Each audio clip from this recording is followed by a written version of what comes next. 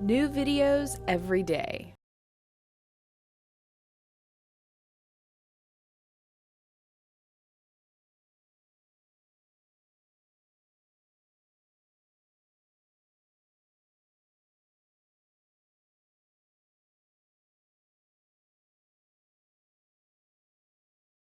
So what does bipolar disorder have to do with different levels of consciousness? Well, it turns out a lot. And to illustrate my point, the first thing I'm going to do is talk to you about the different people we worked with who had bipolar disorder this year. So the first person I'll talk about is my younger niece, who I will call here Anna.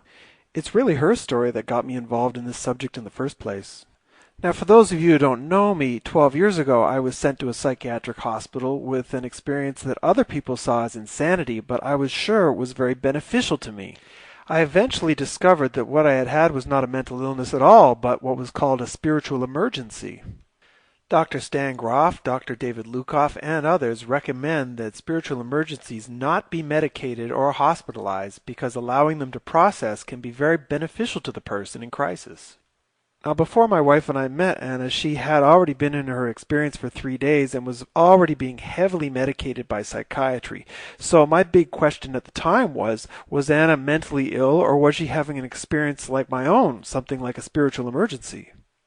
To start, our experiences had a lot more similarities than there were differences. We both went through periods of high energy levels, had a strong desire to take off our clothes. Our sense of taste, smell, vision, all of that heightened. We had strong feelings of euphoria during the experience, and we both became extremely emotional. As far as differences go, the biggest difference was in our background. I had had my crisis at the age of 30, and I had been university educated and well-traveled by then.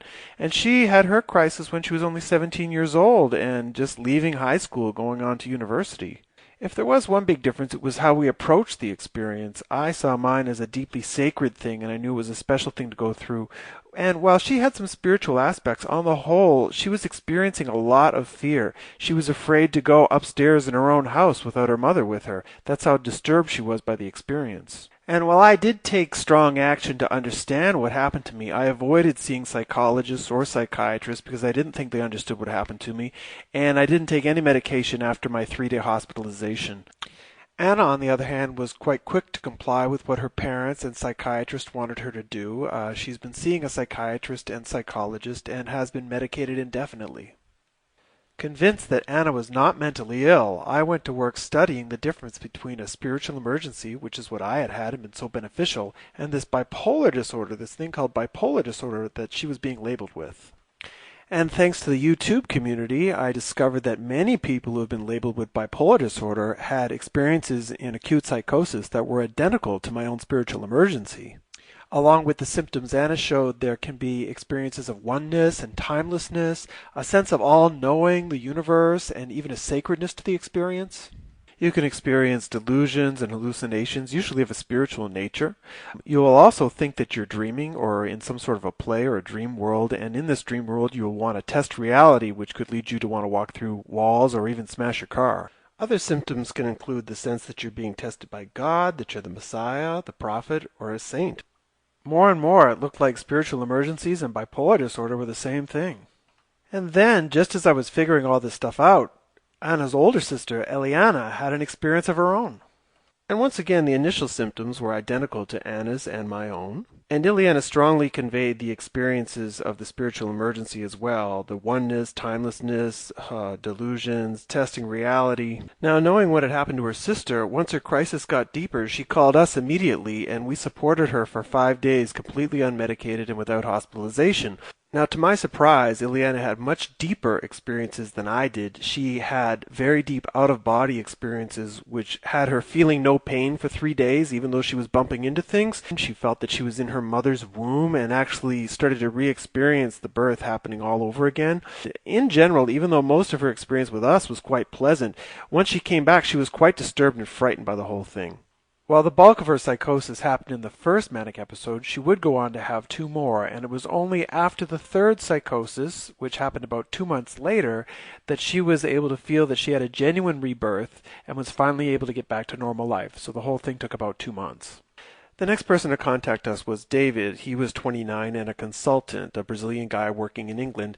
In April 2007, he was hospitalized in England for 30 days. And at that time, he was found to be paranoid, looking for cameras in his apartment. He saw ghosts on a bus, and he thought he was in a movie, explaining why they hospitalized him for so long.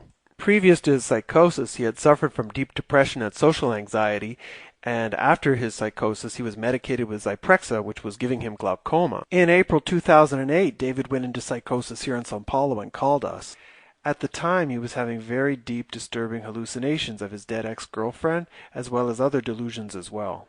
Once he was in our care, he had a very powerful psychosis with me, which included him blacking out 7 times during one day. He felt a deep need to confess his sins during this period, as well as feeling deeply identified with tribal peoples and animals. This deep period of psychosis ended within 72 hours, after which he said that I had given him the keys to heaven. His recovery was so remarkable that we were able to do a 30-minute interview with him about his experience just 24 hours after this psychosis. Like Elana, it took David about 2 months to start to stabilize, and since then he's been doing very well. He hasn't had any medication since his acute psychosis, and he considers his experience a genuine rebirth. Based on this limited experience, one thing became very clear, which was that David and Elana would not have been able to recover if it were not for our aggressive interventions. And yet, for some reason, I had been able to get through this experience totally unsupported.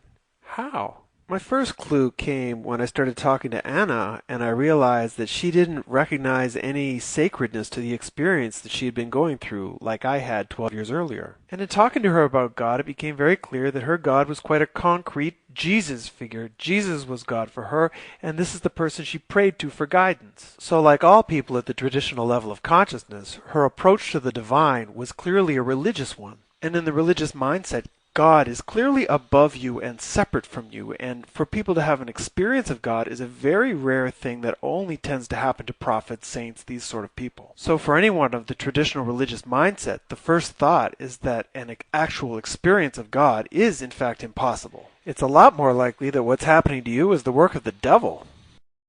Now, in contrast to Anna, I had moved into the postmodern level of consciousness at about the age of 28. At that point in time, I awakened to the fact that while God could be outside of you, God could also be within you. And as a result, when I went into my psychosis 2 years later, the sacredness of it was unmistakable. So whereas I was able to trust this process and go with it, Anna was very unsure of what was happening and trusted the authority figures who told her to stop it immediately. And in her case, these authority figures were at the modern level. That's where our medical model is today. And similar to the traditional level, any psychosis, spiritual or otherwise, should be blocked immediately, not because it's the work of the devil, but because it's a malfunction of your biological machinery. And it was at this modern level that Elana had been exploring reality. Much like a social scientist, she had been traveling France recently and found the culture there fascinating and found herself a little bit confused as to what was the truth, which was the proper way to live, the right way to live, the French way or the Brazilian way, which way was right. And unlike traditional people that always carry a cultural bias, Elana was looking at things in a very objective, factual way. And with this rational approach to life, she really showed her modern level of consciousness. David was showing signs that he was shifting from the modern to the postmodern level of consciousness. Prior to his psychosis, he had told me that he had grown tired of some of his more shallow friends and shallow pursuits, and actually had started to look into Buddhism as a way to pursue his spiritual path. Now, while all this was happening, I was getting a lot of email coming in through YouTube, and by now I've probably talked to over 200 people who have had some sort of psychosis. And one thing was very surprising. Some people were making it through, as I had, unsupported. They were healing, and what was really interesting was that all of these people that were healing were fitting into the postmodern level of consciousness. Just like the postmodern profile, these people had a deeper interest in spirituality than normal, and when their experiences came, they often did come related to some sort of spiritual practice or insight that came related to their relationship with God. They were almost always university educated, and generally over the age of 25. Almost all of them were over the age of 25. And how did they do it? Well, they recognized it for the sacred experience that it was, and they surrendered to the process. Now, I want to remind you that this was a small group of people among the postmodern types that had this rebirth as I did and came through unmedicated. Everyone else was having their process blocked, either by the psychiatry and psychology of the modern level, by the religion of the traditional level, or even by their own fears. So, how do levels of consciousness affect bipolar disorder?